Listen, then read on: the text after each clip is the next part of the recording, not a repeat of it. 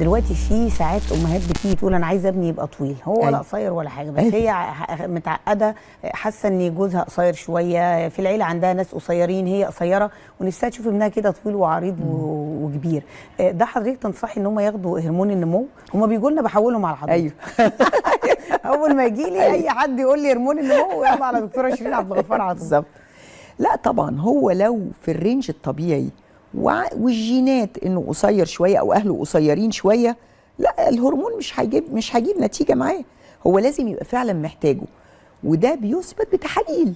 يعني احنا مش بنشوفه كده قصير نقول طب ما نجرب ونديله الهرمون، ده احنا بنعمل مثلا اشعه اسمها اشعه عمر العظم على الايد الشمال، بتبين لو في نقص في الافراز هرمون النمو او نقص في النمو، بنعمل تحاليل اسمها تحاليل تحفيزيه، الطفل يروح معمل ويقعد 3 ساعات وياخدوا منه عينات.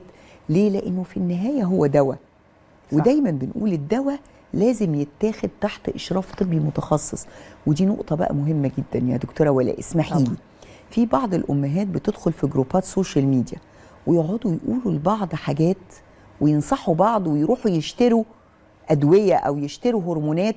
حتى هرمون النمو ده ساعات في النادي بنلاقي الكباتن بيكتبوه للاطفال عشان يسبقوا في المسابقات الرياضيه، وطبعا بياخدوه بجرعات كبيره ومش تحت اشراف طبي، فبتحصل مضاعفات. عشان كده بطمن الاهل لو سمحتوا روحوا لاستشاري الغدد الصماء في الاطفال لو الطفل محتاج فعلا العلاج وخده تحت اشراف طبي متخصص بيبقى امن. انما لو اتاخد بطريقه غلط ومش تحت اشراف الدكتور ممكن يحصل مضاعفات واثار جانبيه.